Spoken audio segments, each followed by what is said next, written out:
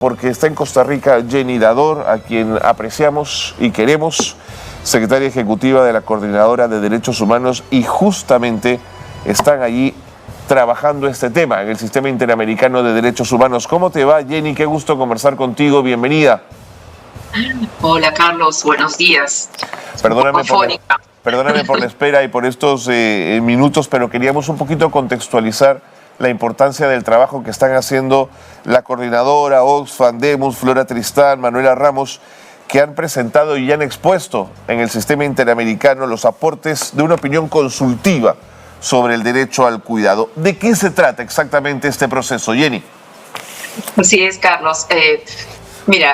Digamos que en el Sistema Interamericano, los países, ¿no?, además de estar sometidos a la jurisdicción de la Corte, ¿no?, también tienen la posibilidad de pedirle a la Corte que se pronuncie sobre algún tema o derecho que se considera importantísimo y que al día de hoy es necesario darle un contenido, precisarlo, explicarlo, para ayudar a los países de la región, ¿no?, a que tengan claridad sobre cómo implementar, aplicar este tema.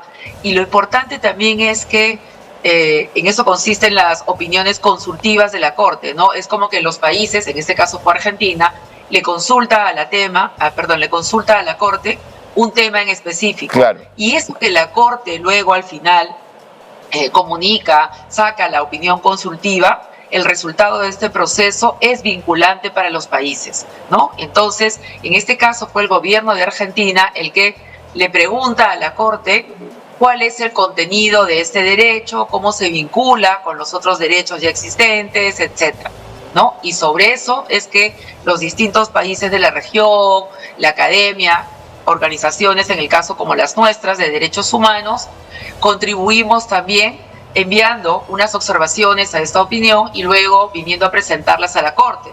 La Corte ha sesionado durante 3 días completos, de 8 de la mañana a 8 de la noche, escuchando a los estados, los representantes de los estados, representantes de universidades, de organizaciones, de asociaciones de niñas, niños y adolescentes, de personas con discapacidad, de organizaciones que realizan el cuidado de manera directa, que se llaman Yo Cuido, que es una red regional, ¿no? Entonces, han sido 3 días muy intensos y muy importantes porque, como tú señalas, esto que venimos haciendo en general en la sociedad, mayoritariamente las familias, y dentro de las familias, las mujeres, es un trabajo, ¿no? Y el reconocimiento de este derecho al cuidado, que es un derecho de todas las personas. No es que este sea un derecho para las mujeres, no es que las mujeres están peleando por un derecho para ellas. Claro. El derecho es un derecho humano universal para todas las personas. Lo que ha ocurrido es que hasta el día de hoy, como lo hacemos mayoritariamente las mujeres, el impacto de eso, de todas esas horas que tú has mostrado de diferencia entre el tiempo que dedican las mujeres y el tiempo que dedican los varones o los servicios del Estado, eso ha tenido un impacto negativo en la vida de las mujeres y las niñas. Sin duda. ¿No? Entonces, la idea, digamos que la lucha está siendo en ese sentido y ha sido, creo yo, ha sido una audiencia histórica, podría decir. Ha sido muy emocionante ver la sala repleta y escuchar las argumentaciones, ¿no?, también de las distintas universidades, academias, claro. de toda la región. Momento histórico en la región. No todo está siendo malo. En el país las cosas y las noticias eran terribles, pero acá hay un avance. Ahora, me resulta interesante la idea del derecho a cuidar y el derecho a ser cuidado. Pero ¿podrías desarrollar un poquito la idea del autocuidado? ¿Por qué debe entrar en esta categoría de derechos cuando el autocuidado, digamos, es casi una labor que uno desarrolla en el sentido más primario de la vida misma? Sí, porque justamente los patrones culturales que hemos recibido, ¿no?, y los procesos de formación, de socialización, muchas veces hacen que las personas no cumplamos con, no hagamos, ¿no?, esta obligación que tenemos del autocuidado, que a ti te parece casi como innata, lógica, natural, ¿no? Dices, ¿cómo me van a exigir que me cuides? Sí, claro, porque no te autocuidas, ¿no? Por ejemplo, en esta representación cultural de que los varones, ¿no?, son siempre fuertes, ¿no? Que no se preocupen, que ellos todo lo pueden, o que no lloran, etc. Entonces, eso muchas veces hace que los varones se sobreexijan a sí mismos, no cuiden su salud y se generen riesgos adicionales que no tendrían por qué estar expuestos. O cuando llegan al sistema de salud, tú ves, cuando un varón llega al sistema de salud, generalmente llega con un proceso de enfermedad también ya avanzado, en estadios tardíos, porque previamente ha respondido a esta matriz cultural que tenemos de que no le va a pasar nada, que él es fuerte, que no puede mostrar debilidad, ¿no? Y las conductas de riesgo. Y en el caso de las mujeres, también se sobrecargan, ¿no? Las mujeres pasamos muchas veces de la impotencia, ¿no? De la impotencia del no puedo al yo lo puedo todo, ¿no? Entonces, trabajo más horas, como te muestran las encuestas, pero también hago trabajo de cuidado, estudio, hago trabajo remunerado, ¿no? Entonces, hago también participación social y se van exigiendo con una serie de conductas y no atienden su autocuidado o su salud. Duermen poco, comen mal, trabajan más. Clarísimo. Ahora, Jenny, hay una frase tuya que me ha parecido interesante para intentar convencer a quienes solo piensan en el dinero y en lo que cuesta el hacer posible que los derechos tengan el debido espacio en una sociedad. Tú has dicho con claridad, sin cuidado no hay posibilidad de vida humana, menos de aparato productivo ni de participación política. ¿Tú te imaginas lo que podría crecer nuestro PBI si tuviésemos un sistema de cuidado que el Estado garantice de calidad para que las mujeres pudiesen salir con más libertad y sin tanto apremio a trabajar? Es que el costo-beneficio sería extraordinario en esos términos, Jenny. Así es, o sea, esto además de ser un derecho, ¿no? Lo que significaría la organización de un sistema de cuidados tiene también un impacto grande en la economía, ¿no? En la economía y en el bienestar de la sociedad. O sea, y eso podría ser, alguien nos diría, bueno, pero esa es tu opinión o la opinión de Carlos, qué sé yo. No, existen estudios que te muestran, en el país, por ejemplo, tenemos uno sobre las penalidades de la maternidad, ¿no? De una economista, Tamia Lavado, y ella muestra cómo las mujeres que tienen hijos menores de 5 años versus las mujeres que no tenemos hijos o que tenemos hijos mayores de esa edad, bueno, la que tiene los niños pequeños gana 300 soles menos que la que no tiene niños o que la que tiene ya adolescentes grandes, ¿no? Entonces, hay un impacto también económico. Y lo otro que también nosotros siempre decimos, o sea, los costos de no cuidar para una sociedad son tremendos, no solamente acá en lo económico cuando te muestran cómo mejoraría el aparato productivo, ¿no? Sino también lo que tiene que ver con embarazo adolescente, lo que tiene que ver con violencia sexual, ¿no? Porque todas estas cosas también están ocurriendo cuando no hay una adecuada respuesta en un sistema de cuidados. Y ahora no hay que asustarse cuando hablamos del sistema integral de cuidados, porque también muchos piensan, oye, ahora ¿cómo el Estado va a pagar todo esto? En realidad no necesariamente significa que sea el Estado quien va a tener que pagarlo. Lo que significa es que el Estado tiene que organizarlo. Totalmente. Y tiene que haber también una redistribución, decimos nosotros, social, donde van a intervenir actores públicos, privados, familia, comunidad, las empresas, ¿no? Todos van a tener roles y funciones distintas en este sistema, porque como tú bien lo has dicho, sin cuidados no es posible la vida humana. Si tú te das cuenta, los seres humanos somos los únicos que no somos autosuficientes respecto a otros seres. Tú no cuidas un animalito, el animalito va a sobrevivir. No cuidas un bebé, el bebé se va a morir. Va a morir. De acuerdo. Entonces, los seres humanos necesitamos cuidado al inicio de la vida, sobre todo, y también muchas veces al final. Y lo otro, o sea, los hogares, las familias entregan, ¿no es cierto?, sus miembros, sus hijos, sus hijas, sus maridos al sistema productivo. Tú lo educaste, lo sanitizaste, lo vacunaste, lo socializaste y luego lo mandas a la empresa, a la fábrica, al campo, a que produzca. Tú subsidias el aparato productivo del Estado. Por eso digo, sin cuidados no hay aparato productivo. Clarísimo. Nosotros subsidiamos la democracia. Tampoco habría participación política sin estos seres que van a participar al sistema, ¿no? Ahora, Jenny, en todo esto no puedo dejar de pensar en sobre qué mujeres ha recaído de forma tan desproporcionada la responsabilidad del cuidado.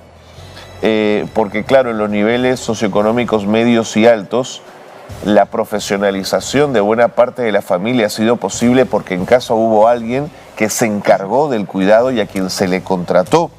Y probablemente fue mujer, sin duda fue mujer, probablemente fue migrante, probablemente fue pobre, probablemente fue indígena, Jenny. Entonces, creo que ahí hay una reflexión también que hacer sobre estas mujeres que dieron su tiempo y probablemente a un costo mucho menor del que debieron ganar o recibir por ese trabajo. Así es, como todo en nuestras sociedades está también jerarquizado, ¿no? Y si bien uno dice, bueno, la división sexual del trabajo, esto ha recaído históricamente sobre las mujeres, pero un ratito, hay que poner el foco también, ¿no?, sobre esas mujeres, no es que haya recaído de la misma manera sobre todas las mujeres, ¿no?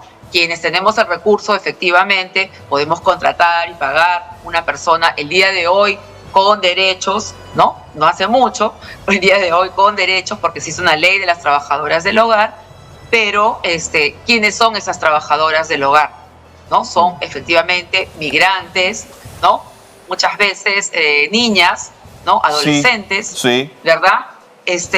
También han sido mujeres muchas veces que han dejado de cuidar a los suyos, ¿no? A su familia, sí, a sus hijos, para venir a cuidar a los nuestros. Entonces tú ves cómo hay una cadena de cuidados y descuidados que van quedando, ¿no? Dependiendo tu condición de migrante, tu condición de tener el recurso o no tener el recurso. Entonces todas estas son cosas que tienen que atenderse.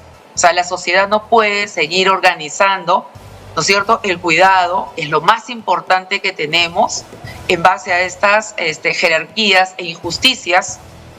Primero porque no se redistribuye entre hombres y mujeres equitativamente y luego porque no se redistribuye entre los distintos miembros de la sociedad o sectores de la sociedad y porque no se redistribuye, también es cierto, entre los distintos segmentos o grupos de mujeres en la sociedad. Hay unas que están llevando mayoritariamente esta carga y sin derechos, ¿no? Y también, sobre todo, Carlos, porque esto ha implicado que quienes tienen que ser cuidados están siendo cuidados de manera precaria, ¿ya? Porque uno quiere cuidarlos bien, pero muchas veces no tienes el recurso, no puedes pagar adecuadamente por ese cuidado, ¿no es cierto? Y entonces vas, vienes, lo encargas un ratito, lo dejas una hora al lado, lo recoges del otro lado y vas haciendo, y hay una respuesta comunitaria, pero medianamente organizada, correcto, no profesionalmente organizada, ¿no? Entonces, eso tiene que ver con ayudar a que quienes cuiden tengan, se profesionalicen, tengan derechos, y quienes tienen que recibir el cuidado, reciban un cuidado óptimo. No puede ser discriminatorio, ni con quienes hacen ese trabajo, ni con quienes tienen que recibir estos servicios. De acuerdo. Casi hasta me siento avergonzado de decirlo, pero voy a citar una frase de Javier Milei que señala que los derechos cuestan, como una forma de decir, como cuestan, entonces cuidadito con asignar derechos, ¿no es cierto? Una frase perversa e hipócrita. Lo que me preocupa es que creo que sí debemos arribar a una corresponsabilidad social del cuidado, donde estén involucrados Estado, familia, comunidad y empresa. Lo has insinuado de alguna manera hace un ratito, pero me preocupa que arribar a eso nos tome mucho tiempo, Jenny. Mira, yo creo que hay, o sea, de alguna manera hay leyes y hay un marco normativo que hasta ahora que se cumple medianamente, pero que tiene algunas obligaciones, digamos, en las empresas. Como uno dice, para cuidar necesito tiempo, ya, el factor tiempo. Y las que tenemos un trabajo formal, tenemos licencias de maternidad, posmaternidad, claro, ¿no es cierto? Hay licencia parental que tiene, de paternidad que tiene que avanzar, no puede ser que, claro, nosotros tenemos 90 días y nuestros compañeros tienen 10 días, claro, ¿no? Pero también acá el tema es cómo en sociedades como las latinoamericanas, especialmente la de Perú, donde tenemos 80% de informalidad, ¿no es cierto? Entonces tú dices, sí, no, sí hay licencias en el Perú. Claro, pero ¿para quiénes? Para un 20% y el resto que revienten. Claro. ¿No? Entonces también hay que mirar cómo está compuesto el aparato productivo, ¿no es cierto?, en nuestras sociedades. Eso significa también abrir, ¿no?, buscar sistemas, por eso, que te permitan la contribución de las empresas, no solo hacia sus propios trabajadores, sino yo como empresa donde estoy instalada, en la comunidad que estoy, etcétera, también contribuyo. O tú puedes pensar, ¿no?, en un 1%, no sé, en pactos de fiscalidad. Ahora, yo como persona, digo, yo no tengo hijos, pero yo sé que los que tienen hijos están aportando con esos hijos al sistema productivo, Vaya al que sistema sí. democrático. Cuando yo esté envejecida, van a aportar para pagar mi pensión. Así es. Entonces yo tengo un interés directo en que en esta sociedad existan niñas, niños, adolescentes, adultos mayores que ya hicieron su trabajo bien cuidados, ¿no? Entonces hay un interés de toda la sociedad porque esto funcione y funcione solidariamente entre todos los miembros de la sociedad y entre todos los sectores. Eso es, pero fundamental. Correcto, Como decir, correcto. 1 más 1 son 2. Y es De lo que acuerdo. tenemos que avanzar hacia allí. Y sabes que en el caso de Perú existen en este momento un conjunto de proyectos de ley que están en la Comisión de Constitución, esperando ser dictaminados, discutidos, y a veces más bien escuchamos sesgos, ¿no?, de opiniones que dicen, ay, ahora las mujeres quieren que les paguen por hacer su chamba, que es cuidar. Pero no es un trabajo de las mujeres. Que históricamente haya recaído sobre las mujeres no quiere decir que Claro. sea nuestro, ¿no? ¿En qué parte O sea, del es una ADN dice, obligación. no? ¿En qué parte del ADN de las mujeres dice trabajador en su casa? No, eso es un invento y un estereotipo. Jenny, me tengo que ir, el tiempo me gana y creo que también en algún momento cuando hablemos del cuidado también tendremos que mirar cómo este impacta positivamente en términos de salud mental, lo que podría devenir en una sociedad un poquito más, digamos, más ecuánime. Quiero usar esa Qué buena palabra. falta nos hace. De Qué buena acuerdo. falta nos hace. Jenny, Gracias, Carlos. Gracias a ti y gracias al enorme esfuerzo no solo de la coordinadora representada por ti, sino creo que Oxfam, Demus, Flora, las Manuelas siempre sí, haciendo un trabajo tan importante en este sentido. Muchas gracias. Gracias, Carlos. Buen día.